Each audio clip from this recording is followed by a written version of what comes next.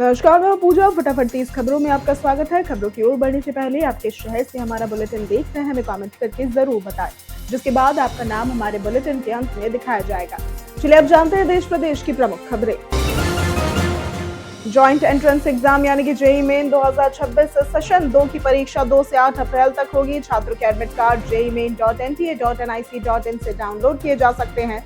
Download के लिए application number, password और कोड भरना होगा। परीक्षा केंद्र पर एडमिट कार्ड अनिवार्य है। किसी समस्या पर 01140759000 या फिर jeimain@nta.ac.in पर संपर्क करें।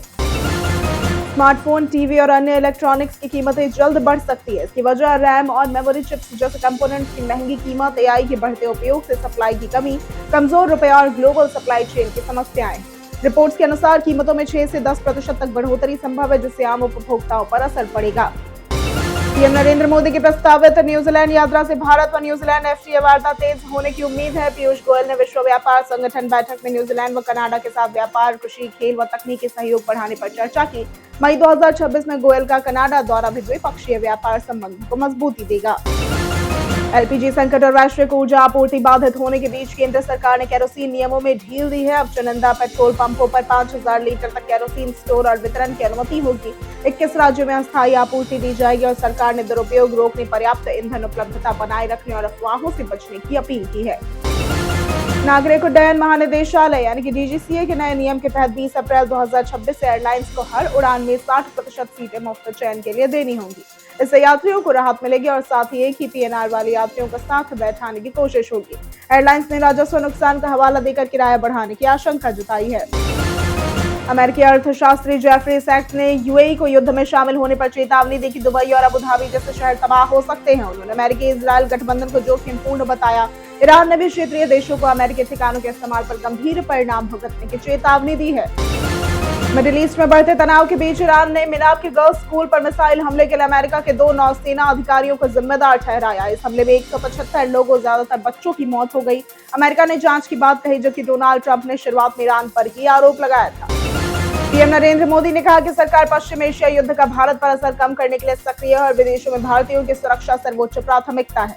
दूतावास लगातार मदद कर रहे हैं। उन्होंने कांग्रेस पर आरोप लगाया कि वो संवेदनशील मुद्दे पर खतरनाक बयान देकर खाड़ी देशों में रह रहे भारतीयों की जान जोखिम में डाल रही है।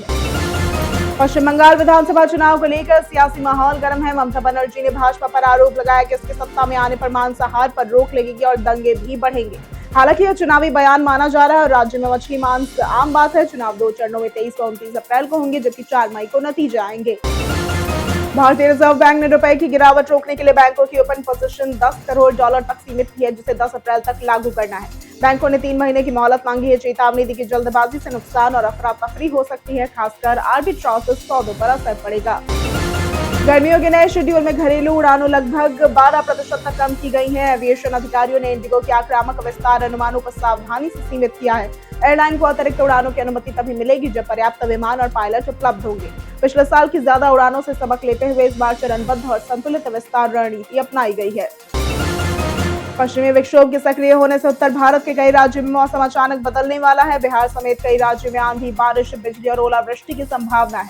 भारत मौसम विज्ञान विभाग ने येलो और ऑरेंज अलर्ट जारी किया है। तेज हवाएं 60 किलोमीटर प्रति घंटे तक चल सकती है, जिससे तापमान में उतार चढ़ाव देखने को मिलेगा। आयुष मंत्रालय ने गैर संक्रामक बीमारियों से निपटने के लिए साक्ष्य आधारित योग प्रोटोकॉल शुरू किया, जिसे 30 से 60 मिनट दैनिक अभ्यास हेतु तैयार किया गया है। इसमें आसन, प्राणायाम, ध्यान और विश्राम शामिल है। ये बच्चों, युवाओं, बुजुर्गों और महिलाओं के लिए अलग अलग मॉड्यूल प्रदान कर स्वास्थ्य सुधार और जीवन शैली रोगों की रोकथाम में सहायक है। अमेरिकी राजदूत सर्जियो गोर ने भारत अमेरिका संबंधों को आर्थिक विकास, सुरक्षा, सहयोग और रणनीतिक साझेदारी का मजबूत आधार बताया। दोनों देश सेमीकंडक्टर व महत्वपूर्ण खनिजों की सप्लाई चेन मजबूत कर रहे हैं। प्रस्तावित व्यापार समझौता आर्थिक एकीकरण को बढ़ाएगा। क्वाड व सैन्य अभ्यासों के जरिए रक्षा सहयोग भी मजबूत हो रहा है, जिससे साझा सुरक्षा और समृद्धि को बढ़ावा मिलेगा। आदित्य धर की फिल्म धुरंधर द रिवेंज की भारी सफलता के बाद कराची के लियारी इलाके के कुछ लोगों ने फिल्म की कमाई में हिस्सा मांगने की बात कही है। उनका तर्क है कि फिल्म में लियारी की पृष्ठभूमि इस्तेमाल हुई है, इससे क्षेत्र के विकास के लिए धन मिलना चाहिए। हालांकि शूटिंग वहां नहीं हुई और दावे भी विवादित है। दिल्ली में प्रस्तावित संशोधनों के तहत नागरिक नियम उल्लंघनों पर जुर्माने में भारी बढ़ोतरी की गई है। सार्वजनिक स्थान पर पेशाब, गंदगी फैलाना, बिना लाइसेंस व्यापार, पशु बांधने जैसे मामलों में 200 से 1000 रुपए तक जुर्माना होगा। कई अपराधों में जेल की सजा हटाकर केवल आर्थिक दंड का प्रावधान किया गया है। वीरेंद्र कुमार ने नशा रोकथाम, नशा मुक्ति सेवाओं के विस्तार और नशा मुक्त भारत अभियान को लेकर करने पर जोर दिया। राष्ट्रीय बैठक में बच्चों व युवाओं में जागरूकता बढ़ाने, उच्च शिक्षण संस्थानों की भागीदारी, महिलाओं व बच्चों के लिए विशेष केंद्र, पुनर्वास और सेवाओं के विस्तार के साथ मानकों के सख्त पालन पर चर्चा हुई। भारत ने विश्व व्यापार संगठन में मछली पालन सब्सिडी पर कड़ा रुख अपनाते हुए 25 साल की छूट और पारंपरिक मछुआरों के लिए स्थायी राहत मांगी। पीयूष गोयल के नेतृत्व में भारत ने समानता पर जोर दिया। भारत ने कहा कि ये क्षेत्र 90 लाख परिवारों की आजीविका और खाद्य सुरक्षा से जुड़ा है, इसलिए नियम निष्पक्ष होंगे। आईपीएल 2026 के दूसरे मैच में मुंबई इंडियंस ने कोलकाता नाइट राइडर्स को 6 विकेट से हराकर जीत के साथ शुरुआत की और रियान रिकेल्टर ने 81 रन की अहम पारी खेली।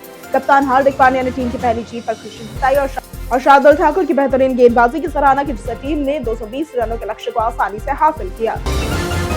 इलाहाबाद हाई कोर्ट ने फैसला दिया कि बहू पर सास ससुर के भरण पोषण की कोई कानूनी जिम्मेदारी नहीं है, भले नैतिक कर्तव्य क्यों न हो। आगरा के बुजुर्ग दंपत्ति की याचिका खारिज की गई। कोर्ट ने कहा कि कानून में सास ससुर शामिल नहीं है, इसलिए बहू को खर्च उठाने के लिए बाध्य नहीं किया जा सकता।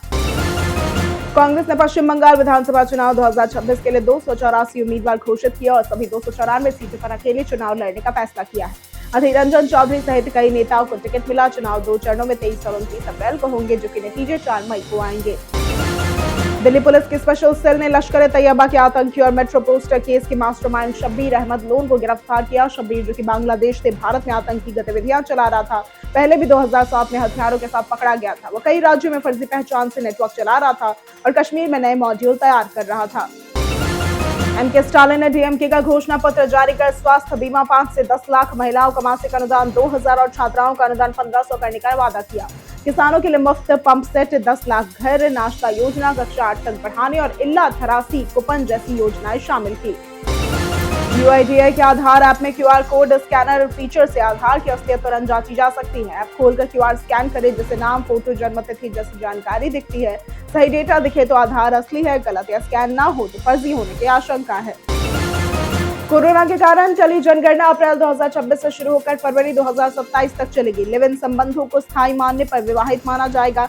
जानकारी गोपनीय रहेगी। आपत्तिजनक सवाल पूछने पर अधिकारियों पर कार्रवाई होगी। प्रक्रिया 2 चरणों में डिजिटल तरीके से होगी, जिसमें आवास, सुविधाएं और व्यक्तिगत जानकारी जैसे कि उम्र, शिक्षा, धर्म आदि शामिल होंगे। 1 अप्रैल से पैन और आधार में नाम मिसमैच होने पर पैन इनऑपरेटिव हो सकता है। सिर्फ लिंक करना काफी नहीं है, नाम का बिल्कुल एक जैसा होना जरूरी है। गलत होने पर बैंकिंग, आईटीआर, लोन जैसे काम रुक सकते हैं। इसे यूआईडीआई या फिर एनएसडीएल, यूटीआईआईटीएसएल वेबसाइट से घर बैठे सुधारा जा सकता है और बाद में लिंक स्टेटस जरूर चेक करें। दिल्ली में गिरते भूजल स्तर को सुधारने के लिए 100 वर्ग मीटर से बड़े प्लॉट पर रेन वाटर हार्वेस्टिंग अनिवार्य करने का प्रस्ताव है। नियम न मानने पर 50,000 से 5 लाख तक जुर्माना लगेगा। राष्ट्रीय हरित अधिकरण के निर्देश पर कई एजेंसियां निगरानी करेंगे, जिससे जल संकट से निपटने और जागरूकता बढ़ाने में मदद मिलेगी। दीनदयाल उपाध्याय गोरखपुर विश्वविद्यालय के institute of engineering and technology में महायोगी गुरु गोरखनाथ ड्रोन लैब शुरू हुई। ये लैब ड्रोन तकनीक में प्रशिक्षण, अनुसंधान और नवाचार को बढ़ावा देगी। उद्घाटन में पुलिस और उद्योग प्रतिनिधियों से सुरक्षा, निगरानी और स्टार्टअप के अवसरों में इसके महत्व को बताया। कुलपति ने आधुनिक तकनीकी शिक्षा व शोध में इसकी उपयोगिता पर जोर दिया। पीएसएल 2026 में लाहौर कलंदर्स पर कराची किंग्स के मैच में बॉल टेम्परिंग का आरोप लगा। अंपायर ने गेंद से छेड़छाड़ पाई और टीम को 5 रन की पेनल्टी दी। कराची किंग्स ने 3 गेंद रहते हुए मैच 4 विकेट से जीत लिया। कप्तान शाहीन शाह अफरीदी नाराज रहे। फखर जमान ने आरोपों को खारिज किया। मामला 48 घंटे में सुनवाई के बाद तय होगा। रणवीर सिंह स्टारर धुरंधर 2 ने रिलीज के 10 दिनों में बाहुबली 2 का 9 साल पुराना रिकॉर्ड तोड़ दिया है। ये फिल्म अब नॉर्थ अमेरिका में सबसे ज्यादा कमाई करने वाली भारतीय फिल्म बन गई है। $22 मिलियन यानी कि 207 करोड़ रुपए के साथ बाहुबली 2 के मेकर्स ने आदित्य धर और पूरी टीम को इस बड़ी उपलब्धि के लिए बधाई दी है। बीते दिन जिन लोगों ने हमारे वीडियो पर कमेंट किया था, उनके नाम है कृष्ण कुमार, हर्ष चौधरी, नौशाद रजा, राहुल राज, ओम प्रकाश सिंह, निरंजन कुमार, संजीव कुमार, दिलीप कुमार, राम बाबू दास, मनोज दास, दीपक कुमार, अमरजीत यादव, देवेंद्र साहू और अमित कुमार। इसी के साथ बढ़ते हैं आज के सवाल की ओर। आज का सवाल है, आपको कौन सा मौसम सबसे ज्यादा पसंद है?